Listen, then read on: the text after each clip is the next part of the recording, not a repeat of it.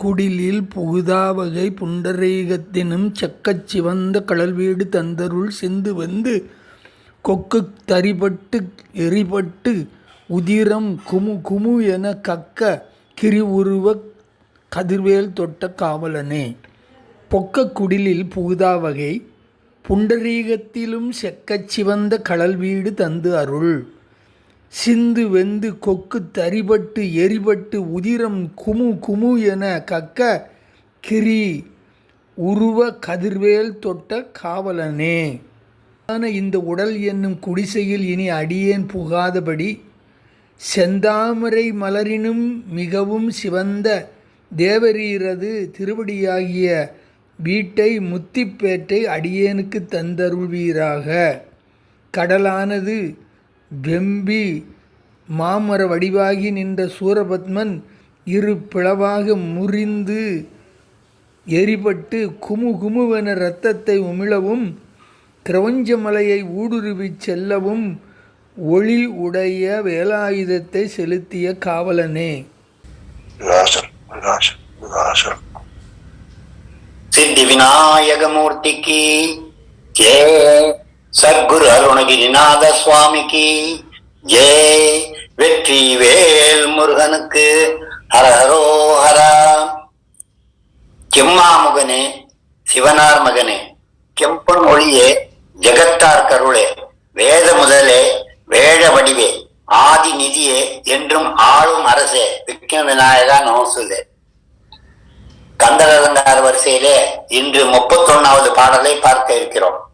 பொக்கக்குடிலில் புகுதாவகை புண்டரீகத்தினும் செக்கச் சிவந்த கழல் வீடு தந்தருள் சிந்து வெந்து கொக்கு தரிபட்டு எரிபட்டு உதிரம் குமு குமு என கக்க கிரி உருவ கதிர்வேல் தொட்ட காவலனே. அம்மாட்ட பிள்ளைகள் உரிமையோட பேசுவாங்க, தந்தையார்ட்ட பிள்ளைகள் உரிமையோட பேசுவாங்க. அருணகிரிநாதர் என் தாயும் எனக்கு அருள் தந்தையும் நீ சிந்தாக்களும் ஆனவை தீர்த்து என்னை ஆள் கந்தா கதிர்வேலவனே உமையாள் மைந்தா குமரா மறைநாயகனு சொல்லுவார் கந்தர் அனுபூதியில. அந்த அளவிலே அவர்கிட்ட சுவாமி கிட்ட முருகன்ட்ட இவர் கேட்கிறார், கழல் வீடு தந்த அருள்.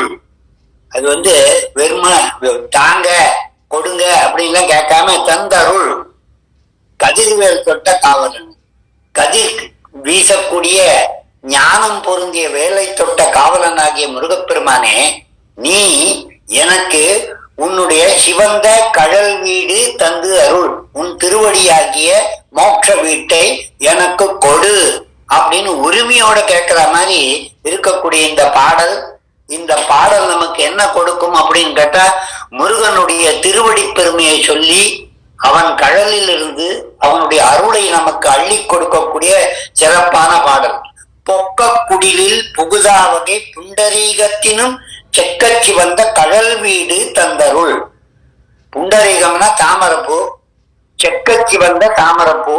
அந்த தாமரை மலர் ஒக்க சிவந்த கால்களை உடைய கழல் வீடை கால்களை உடைய முருகப்பெருமானே, அந்த உன் திருவடியானது மோட்ச வீடு, அந்த வீட்டை எனக்கு தந்தருள். நீ மோட்சம் தந்தா என்ன ஆகும்?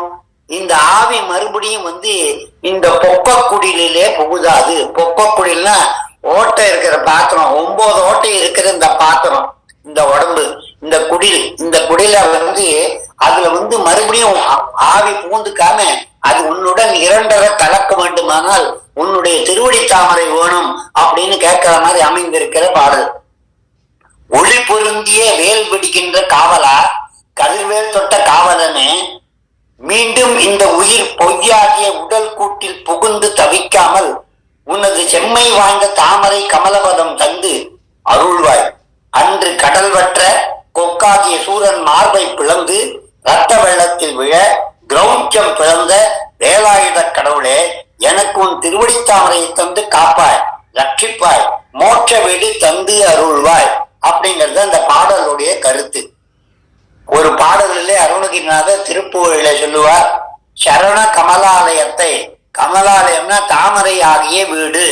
முருகன் தாமரை மலர்கள் 6, அதில் தவழ்ந்தன குழந்தைகள் 6, 6 முகன் அவன் பேரு, பாரில் அவனுக்கு நிகர் வேறு யாருன்னு பாடுவாங்க. அந்த அளவில தாமரையிலே 6 தாமரையிலே முருகன் சரவணபவனாக தோன்றி அம்பிகை வந்து ஒன்று சேர்த்து அவனை கந்தனாக ஆக்கினாள் அப்படிங்கிறது கந்தபுராண கதை. இந்த பாடல்ல பாதி வரிகள் பின்னாடி இருக்கிற 3 வரிகளும் கந்தபுராணத்தை சார்ந்தது. பொக்கக்கூடியதாக இருக்கக்கூடிய சரண கமலாதயத்தை அரை நிமிட நேர மட்டில் தவமுறை தியானம் வைக்க அறியாத சட கஷட மூடமட்டி, ஷடமும் ஷடமா இருக்கக்கூடியது, ஒன்றுக்கும் உதவாதது. கஷட மூட மட்டி, மட்டினா மண்ணாகிய பானை, மண்பானை. பவவினையிலே ஜனித்த தமியன் மிடியால் மயக்கம் உருவேனோ, நான் இந்த உலகத்துல பிறந்து மாயையிலே விழுந்து சாவேனோ. இந்த ஆணவம் கண்மம் மாயை என்கின்ற 3 இந்த உலகத்துல பிறந்த உடனே நம்மளை வந்து பாதிக்கக்கூடியது. அந்த 3ஐயும் இந்த 3 வரிகளிலே அருணகிரிநாதர் பேசுகின்றார். செக்க சிவந்த கடல் வீடு தந்தருள் சிந்து வெந்து, சிந்துனா சமுத்திரம், கடல். அந்த கடல் காஞ்சி போறதான் முருகனுடைய கதிர் வேல், சூரியன் போல வேல். அந்த வேலனுடைய தாக்கம் அனுபவிக்க முடியாமல் கடல் வற்றி போனதான் கொக்கு தரிப்பட்டு, கொக்கு என்கின்ற மாமரனாக நின்ற சூரபத்மன் அவன் தரிப்பட்டு துண்டு துண்டாக பிச்சு எரிப்பட்டு உதிரம் ரத்தம் குமு குமு என பொங்கி வழிய கக்க அவன் உடம்புல இருந்து ரத்தம் கக்கி கீழே விழுகிறான். கிரி உருவ அந்த கௌச்ச மலையும் தாரகாசுரனாகிய மலையும் சூரபத்மனாகிய இந்த 3 மலைகளையும் கிரி உருவ கதிர் வேல் தொட்ட காவலனே சொல்றாரு ஒரு பாடல் அருணகிரிநாதர். தவர் வாட்டோமர சூலம் தரி காதாகிய சூரும் தனியா சாகரம் 7 கிரி 7 சருகாய் காய் கதிர் வேலும். சருகுனா இலை செருகுகள் காஞ்சி கீழே விழும். இலை உதிர் காலத்துல அந்த காஞ்சது காலை வச்சா பொடி பொடியா போயிடும் இலையெல்லாம். அந்த இலையில இருந்த ஈரம் எல்லாம் எங்க போச்சு? சூரியனை சாப்பிட்டு கொடுத்து. அந்த மாதிரி முருகப்பெருமானுடைய ஞான வேலாகிய சூரியன் அஞ்ஞான இருளாகிய ஈரத்தை சாப்பிட்டு விட்டது. அதனால என்ன ஆச்சுன்னா கடல் வற்றி போச்சு. ஏன் கடல் வற்றிட்டுன்னா கடல்ல போய் மரமா மாதிரி திரும்பி நின்றுட்டான் சூரபத்மன். அவனை கொல்லுவதற்காக முருகப்பெருமானுடைய வேலாகிய சூரியன் சென்று 7 கடலை வற்றச் செய்து அங்க கீழே இருக்கிற சூரபத்மாதிகளை கண்டு அவன் மரமாகிய அவனை பிளந்து கிளை வேறற வேறு வேறற பிச்சு போட்டாரான் முருகப்பெருமானுடைய வேலாயுதம். அது கொக்கு தரிப்பட்டு எரிப்பட்டு உதிரம் குமு குமு என கக்க கிரி உருவ கதிர்வேல் தொட்ட காவலனே தனியா சாகரம் 7 கிரி 7 சருகாய் காய்கதிர் வேலும் பொருகா சேவலும் நீலம் தனி கூத்தாடிய மாவும் திணை காவல் துவர்வார் காணவர்மானும் சுரநாட்டால் ஒரு தேனும் துணையாய் தாழ்வர வாழும் பெரியோனே நீ துணையாய் காவல் செய்வாய் என்று உணராத பாவிகள் பால் உன் தொலையாத பாடலை யானும் புகழ் வேணும். முருகப்பெருமானுடைய அருள் வந்து நமக்கு அருளை கொடுத்து நம்முடைய அஞ்ஞான இருளை நீக்கக்கூடியது என்று மட்டும் அல்லாமல் வள்ளியாகிய குரத்தி நாச்சியாரும் தெய்வயானியாகிய யானைக்கு பிறந்த தேவேந்திரன் மகளாகிய இருவரையும் ஏற்ற தாழ்வு பார்க்காமல் இருவரையும் ஒன்றாக கருதிய முருகப்பெருமான் துணையாய் தாழ்வர வாழும் பெரியோனே நீ துணையாய் காவல் செய்வாய், கண்டிப்பா எனக்கு உதவி செய்வ, என்னை காப்பாத்துவ காவலனே, வேல் தொட்ட காவலனே நீ என்னை காப்பாத்துவாய் அப்படிங்கிற நம்பிக்கை இல்லாதவரிடம் உன்னுடைய திருப்புகழை யானும் சென்று புகழ்வேனோ. உன்னுடைய திறந்த திருப்புகழை யாருக்கு நம்பிக்கை இல்லையோ, இறை நம்பிக்கை இல்லாதவர்கிட்ட திருப்புகழை சொல்லுவேணும் கேட்கிற அளவுல ஒரு சிறப்பான பாடல். அதுல சமுத்திரம் வத்தி போனது, சூரபத்மன் காஞ்சி போனது, அதுக்கப்புறம் சருகாய் 7 சாகரமும் கிரியும் சருகா காஞ்சி போய் விழுந்து அதை சொல்லியிருக்கார். அதே விஷயத்தை தான் இங்க அருணகிரிநாதர் சொல்றார். சிந்துன்னு சொல்லும் போது ஆணவம் ஆகிறது, கொக்கு தரிபட்டு என்று சூரனை சொல்லும் போது கண்ப மலமாகிறது. கக்க கிரி, கிரினா மலை, மலை உருவ கதிர்வேல் தொட்ட காவலனை சொல்லும் போது மாயை மலம், ஆணவம் கண்பம் மாயை, இதை 3ஐயும் அகற்றுகிறது எது? முருகன் கையிலே இருக்கிற கதிர்வேல் அப்படின்னு சொன்னாங்க. அருணகிரிநாதர் பூத வேதாள வகுப்புன்னு ஒரு பாடலிலே மத்த மதத்திரைய மித்தை சபித்தொழு சுத்த பவித்திர நிவர்த்தி அளிப்பவர் வாரணமுகன் தனது தாதையை வலம் செல்ல வாகமையில் கொண்டுள்ள சூழடி வரும் குமரன் பயமுறு பிரபஞ்சமும் சங்கேத சட்டமே வழியும் மனமும் கடந்து எங்கேனும் நிற்பவன் மதுர மொழியால் உலக அனைத்தையும் உணர்த்துபவன் வட அனலை நேர்கொடி அப்புக்குடம் உயர்ந்த புகன் மரகத பக்ஷ குல துரக திவாகரன் வடிவை உருக்கி வடித்த திருக்கை வேல் கொடு வாரி கோ கோ என வாய்விட வந்தெதிர் சூரனை சூர மாசேனை மோது களத்திலே வென்றார்னு சொல்றாரு.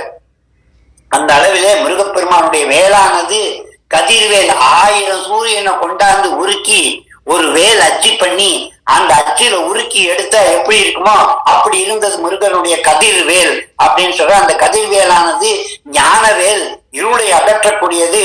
பொக்க குடியில் மறுபடியும் இந்த ஆத்மா வந்து புகுதாமல் உன் புண்டரீகமாகிய தாமரை தாய போல பிள்ளை அம்மா சிந்தூராருடன் விக்கிரகம் திருநயனாம் மாணிக்கம் மொழி புரஸ்தாரா நாயக சேகரான்னு சொல்லுவாங்க. அம்மா செக்க சிவந்த கலர், அவளும் தாமரை போன்றவள். அதே போல முருகப்பெருமானும் தாமரை போன்றவன் அப்படிங்கிறதுக்காக திருவிரஞ்சை பிள்ளை தமிழ்ல ஒரு பாட்டு. வேதன் முடியில் படு கமலம், கமலம்னா தாமரைப்பூ. விண்ணோர் சிரத்தில் அணி பதுமம், விஜயம் மயில் மேல் முழறி விமலர் புயம் கேர் திரு கஞ்சம், சாதம் ஒழிக்கும் அம்பியம் என் சிறமேல் இருக்கும் புதுப்போது, சதங்கை தண்டை தாமரைக்கால் சலசம் புவியில் படலாமாம், கந்தன் நயனம் புண்டரீகம் கருணை இதயம் பங்கயமே, கடம்பன் சரணம் அரவிந்தம் கமிழும் பூங்கழல் உண்டகமே, அன்பே கருணை வடிவோனே அடியேன் சிற்றில் அழியாதே, ஐயா வெறிஞ்சை பதிவாழ்வே அடியேன் சிற்றில் அழியாதேன்னு சிற்றில் பருவத்துல பிள்ளை தமிழ்ல திருமுருகன் திருவிரஞ்சை பிள்ளை தமிழ்ல இந்த பாடல் சொல்லிருக்க. இது எதுக்காக சொல்ல வந்தேன்னா, முருகனுடைய புண்டரீகத்தினும் செக்க சிவந்த கழல் வீடு. புண்டரீகம்னா தாமரை, தாமரையுடைய சிறந்த கழல் வீடு திருவடினா அந்த முருகன் திருவடி மட்டுமல்ல, மெய்ய என வாழ்வினை உகந்து ஐயோ அடியன் அலையத்தகுமோ கையோ அயிலோ கழலோ முழுதும் செய்யோய் மயிலேறிய சேவகனேன்னு சொன்னார். முருகப்பெருமான் முழுவதும் சிவப்பாக இருக்கான் அப்படிங்கறத சொல்றது இந்த பாடல்ல. தமிழ்ல கமலம் பதுமம் முளரி கஞ்சம் அம்புயம் போது தாமரை ஜலஜம் புண்டரீகம் பங்கயம் அரவிந்தம் முண்டகம் அப்படின்னு சொல்லுகின்ற 12 தமிழ் தாமரையுடைய பெயர்களை கொடுத்திருக்கிறார். அப்படி முருகப்பெருமானுடைய தலையிலிருந்து கால் வரையும் முக பங்கயம், கர பங்கயம், நயன பங்கயம், ஹிருதய கமலம், பாத பங்கயம், இப்படி முருகனுடைய